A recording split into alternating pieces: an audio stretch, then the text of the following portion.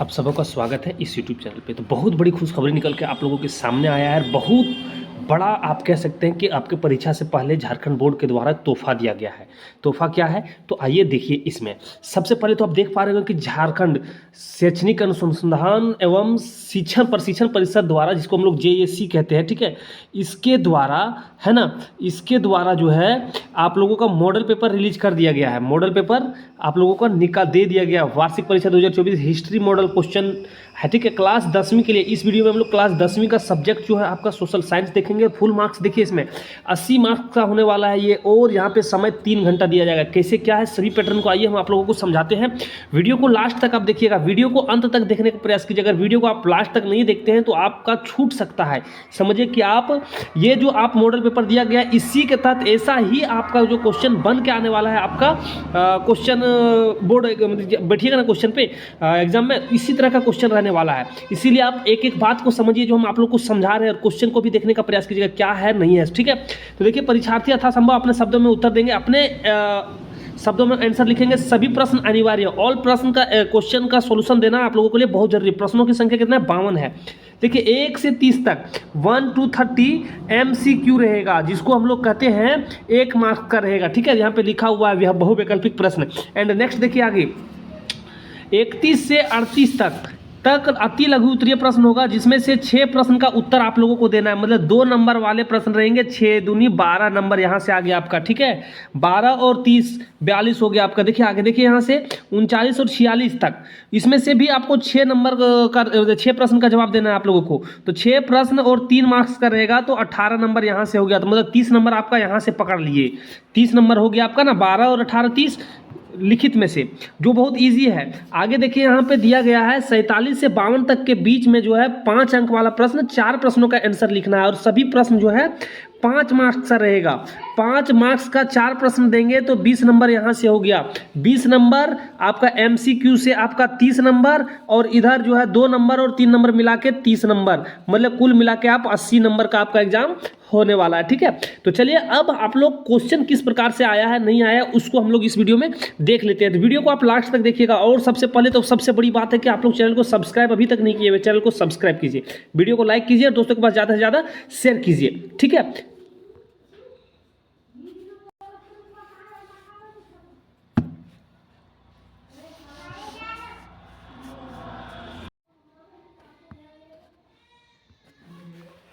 तो आपका पहला प्रश्न है कि फ्रांसीसी क्रांति का नेता कौन था? कि फ्रांसीसी क्रांति का नेता कौन था? तो ये पहला प्रश्न है। तो इसका आंसर क्या होगा?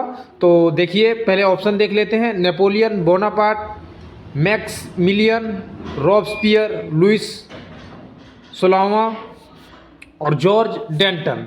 तो इसका सही आंसर क्या होगा? पहला का सही आंसर होगा ये। पहला का सही आंसर होगा ये, मतलब पहला। तो अब दूसरा क्वेश्चन है कि फ्रांसीसी क्रांति का मुख्य विशेषता क्या थी? फ्रांसीसी क्रांति की मुख्य विशेषता क्या थी?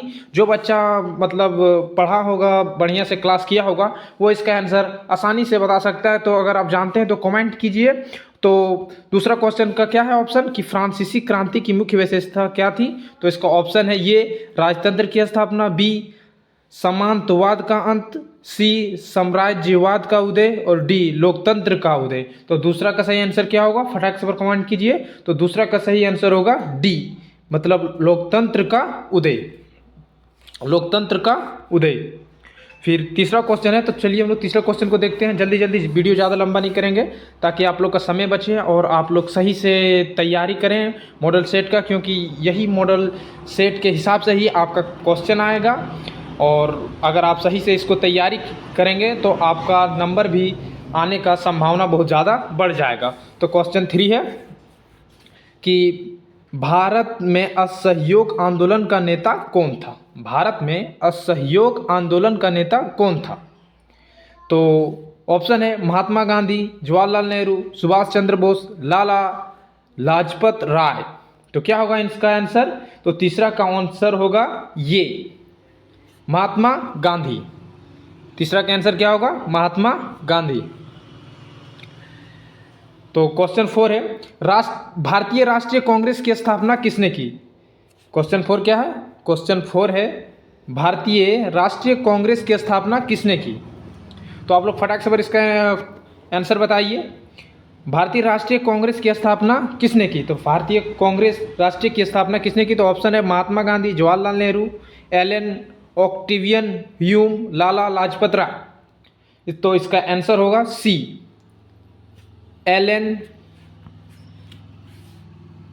Elon Octavian Hume. फिर क्वेश्चन 5, क्वेश्चन 5 क्या है? क्वेश्चन 5 है द्वितीय विश्व युद्ध का मुख्य कारण क्या था? द्वितीय विश्व युद्ध का मुख्य कारण क्या था? तो ऑप्शन है आपके पास, ये नाजी जर्मन का उदय, बी जर्मनी द्वारा पोलैंड पर आक्रमण, सी ब्रिटेन और फ्रांस द्वारा अपनाई गई समझौतावादी नीति, और डी जापान का पर्ल हार्बर पर हमला। तो इसका आंसर क्या होगा? फटाक से आप लोग कमेंट करें। तो इसका सही आंसर हो जाएगा बी, जर्मन द्वारा पोलैंड पर आक्रमण। तो चलिए आगे बढ़ते हैं। क्वेश्चन 6 है भारतीय उद्यमी जिसने पहली भारतीय जूट मिल स्थापना की थी। भारतीय उद्यमी जिसने पहली भारतीय जूट मिल स्थापना की थी। तो इसका सही आंसर क्या हो जाएगा? इसका सही आंसर हो जाएगा, सही आंसर क्या हो जाएगा? पहले ऑप्शन पढ़ लेते हैं। इसका सही आंसर हो जाएगा ये।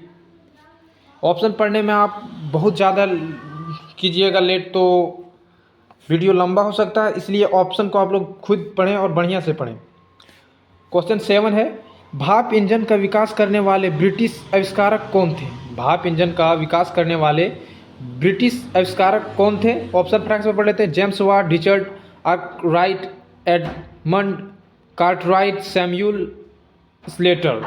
तो इसका सही आंसर क्या हो जाएगा? इसका सही आंसर हो जाएगा ये, जेम्स वाट। क्वेश्चन 8 है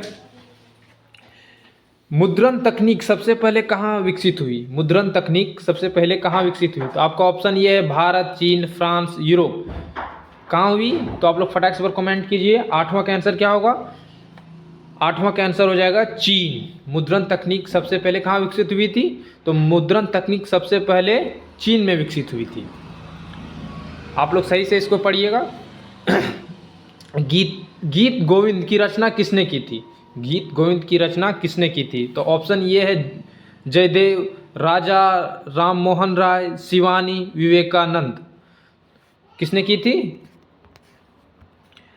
गीत गोविंद की रचना किसने की थी? जयदेव। किसने की थी? जयदेव ने। क्वेश्चन 10 है महात्मा गांधी ने किस पत्रिका का संपादन किया? महात्मा गांधी ने किस पत्रिका का संपादन किया? ऑप्शन ये है commonweal, B Young India, C Bengali, D Bihari. तो महात्मा गांधी ने किस पत्रिका का संपादन किया? तो महात्मा गांधी ने यंग इंडिया पत्रिका का संपादन किया था। किसका? यंग इंडिया पत्रिका का संपादन किया था। क्वेश्चन 8 है भारत छोड़ो आंदोलन कब शुरू हुआ? ये बहुत ही आसान क्वेश्चन है, तो आप लोग तुरंत बताइए कमेंट करके, भारत छोड़ो आंदोलन कब शुरू हुआ? 1942 में, 1943 में, 1944 में, 1945 में। ये सबसे आसान क्वेश्चन है, भारत छोड़ो आंदोलन कब शुरू हुआ? तो इसका सही आंसर हो जाएगा ऑप्शन ये 1942। अब क्वेश्चन 12वां है बाघ परियोजना की शुरुआत कब हुई? बाघ परियोजना की शुरुआत कब हुई थी?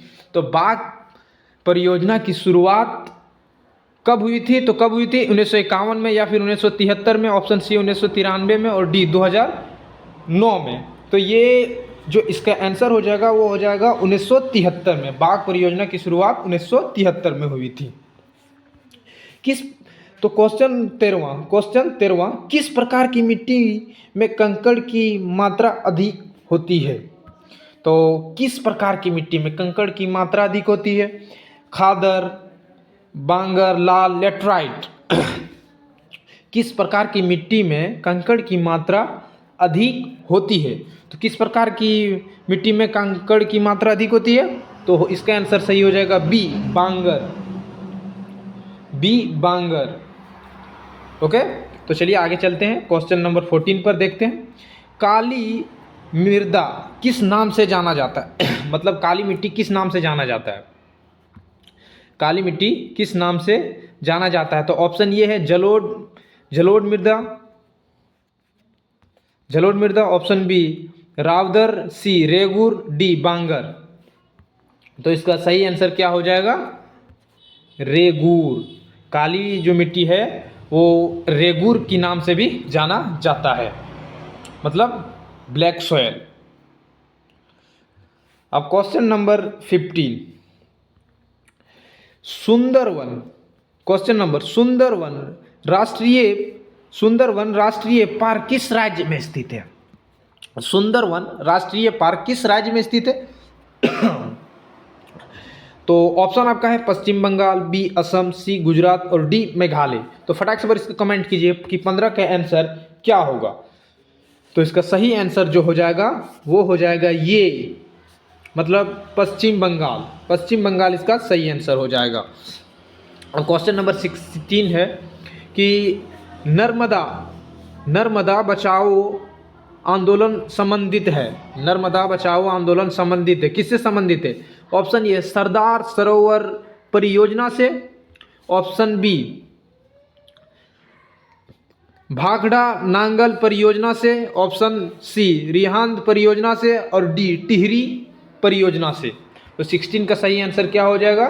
तो ये जो संबंधित है वो संबंधित है सरदार सरोवर परियोजना से, ऑप्शन ये इसका सही आंसर हो जाएगा, ऑप्शन ये। अब है क्वेश्चन नंबर 17। क्वेश्चन नंबर 17, जल किस प्रकार का संसाधन है? तो ये क्वेश्चन तो सबसे आसान है कि आप बताइए जल किस प्रकार का संसाधन है? अनवीकरणीय, कृत्रिम, नवीकरणीय, इनमें से कोई नहीं। तो ये इसका आंसर जो हो जाएगा वो हो जाएगा सी नवीकरणीय। क्या हो जाएगा? सी नवीकरणीय। क्वेश्चन नंबर 18 पर चलते हैं। श्रीलंका का राजकीय धर्म क्या है? अगर आप श्रीलंका के बारे में बढ़िया से पढ़ेंगे उस चैप्टर में तो आप आराम से बता सकते हैं कि श्रीलंका का राजकीय धर्म क्या है। श्रीलंका का जो राजकीय धर्म है वो है बौद्ध। क्या है? वो बौद्ध धर्म है। क्वेश्चन नंबर 9, बेल्जियम में डचों की आबादी कितनी प्रतिशत है? बेल्जियम में है वो डचों की आबादी कितनी प्रतिशत है? तो इसका जो सही आंसर हो जाएगा वो हो जाएगा सी 59%। कितना? 59%। अब 20, क्वेश्चन नंबर 20, निम्नलिखित में कौन सी शक्ति केवल केंद्र के पास है? निम्नलिखित में कौन सी शक्ति केवल केंद्र के पास है? तो कौन सी शक्ति है? ये शिक्षा, बी रक्षा, सी कृषि, डी स्वास्थ्य। तो जो केंद्र के पास है शक्ति वो है रक्षा, मतलब जो हमारे रक्षा मंत्री हैं वो हमारे केंद्र के अंदर में आता है और वही हमारे देश को चलाते हैं। तो चलिए छोड़िए उस सब बात को, लेकिन आगे चलते हैं। Question number 21। क्वेश्चन नंबर 21 क्या कह रहा है? विकेंद्रीकरण क्या है? क्वेश्चन नंबर 21 जो है वो कह रहा है कि विकेंद्रीकरण क्या है। आप वन वर्ड में इसका आंसर दे सकते हैं अगर ये क्वेश्चन आ जाए तो। विकेंद्रीकरण क्या है? तो ऑप्शन ये है कि एक हाथ में शक्ति का केंद्रीकरण, ऑप्शन बी स्थानीय सरकारों की शक्ति का वितरण, सी केंद्र से राज्यों की शक्ति का हस्तांतरण और डी स्थानीय सरकारों की शक्ति को कर करना। कि विकेंद्रीकरण क्या है? अगर ये क्वेश्चन आ जाए तो आप इसका सही से आराम से आंसर लिख सकते हैं कि केंद्र जो है कि केंद्र से राज्यों की शक्ति का हस्तांतरण, यही है विकेंद्रीकरण। ठीक है, तो चलिए आगे बढ़ते हैं। क्वेश्चन नंबर 22 कि भारत के पूर्वोत्तर राज्यों द्वारा अधिक स्वायत्त की मांग का मुख्य कारण क्या है? तो ऑप्शन ए आर्थिक पिछड़ापन, बी सांस्कृतिक और भाषाई अंतर, सी ऐतिहासिक कारण और डी भौगोलिक स्थिति। तो 22 का सही उत्तर जो हो जाएगा वो हो जाएगा बी सांस्कृतिक और भाषाई अंतर। क्वेश्चन नंबर 23 है, एक लोकतांत्रिक सरकार को मुख्य विशेषता क्या है? एक लोकतांत्रिक सरकार को मुख्य विशेषता क्या है? तो ऑप्शन दिया गया है ये शक्ति का केंद्रीकरण, बी शक्तियों का पृथक्करण, और डी व्यक्तिगत अधिकारों का संरक्षण, और डी को ऑप्शन नंबर डी उपरोक्त सभी। तो इसका सही आंसर क्या होगा? आप फटाक से पर कमेंट कीजिए। तो इसका सही आंसर जो हो जाएगा वो हो जाएगा उपरोक्त सभी, मतलब सारा जो है शक्ति का केंद्रीकरण। ये तीनों ऑप्शन है वो तीनों का तीनों सही हो जाएगा। तो चलिए आगे बढ़ते हैं क्वेश्चन नंबर 24 पर। देखते हैं कि निम्नलिखित में से कौन भारतीय संविधान का एक प्रावधान है जिसका उद्देश्य लिंग समानता को बढ़ावा देना है? तो ऑप्शन क्या कह रहा है? क्वेश्चन क्या कह रहा है कि निम्नलिखित में से कौन भारतीय संविधान का एक प्रावधान है जिसका उद्देश्य लिंग समानता को बढ़ावा देना है? तो ऑप्शन ये है अनुच्छेद 14, बी अनुच्छेद 15, सी अनुच्छेद 16 और डी अनुच्छेद 21। तो इसका सही आंसर जो हो जाएगा वो हो जाएगा अनुच्छेद 15। क्वेश्चन नंबर 25, भारत किस प्रकार का राज्य है? क्वेश्चन नंबर 25 है, भारत किस प्रकार का राज्य है?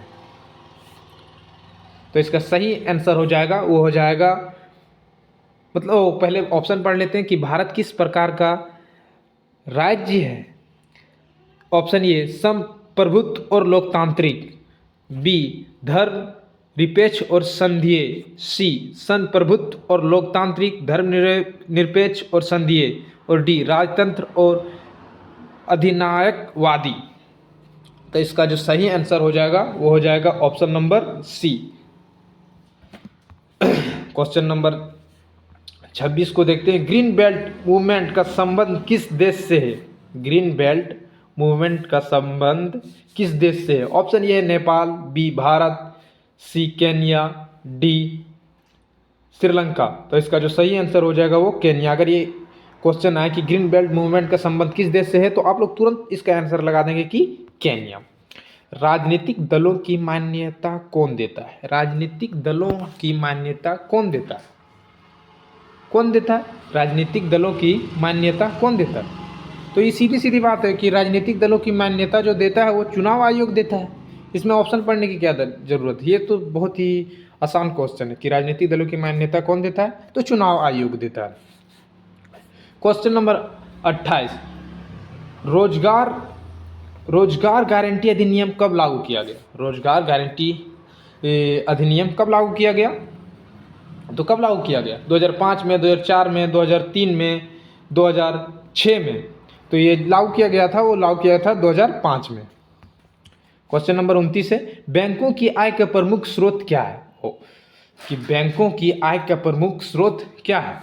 तो क्या है बैंकों का आय का प्रमुख स्रोत? निकासी, ऋण, जमा, इनमें से कोई नहीं। तो जो है वो है ऋण। और क्वेश्चन नंबर लास्ट, अब हम लोग लास्ट देखेंगे कि सूचना का अधिकार अधिनियम कब पारित किया गया? सूचना का अधिकार अधिनियम कब पारित किया गया? ऑप्शन ए है 2005, ऑप्शन बी है 2006, ऑप्शन सी है 2007, ऑप्शन डी है 2008। तो इसका जो सही आंसर हो जाएगा वो हो जाएगा ऑप्शन ए 2005। तो आप लोग बने रहिएगा इस चैनल पे।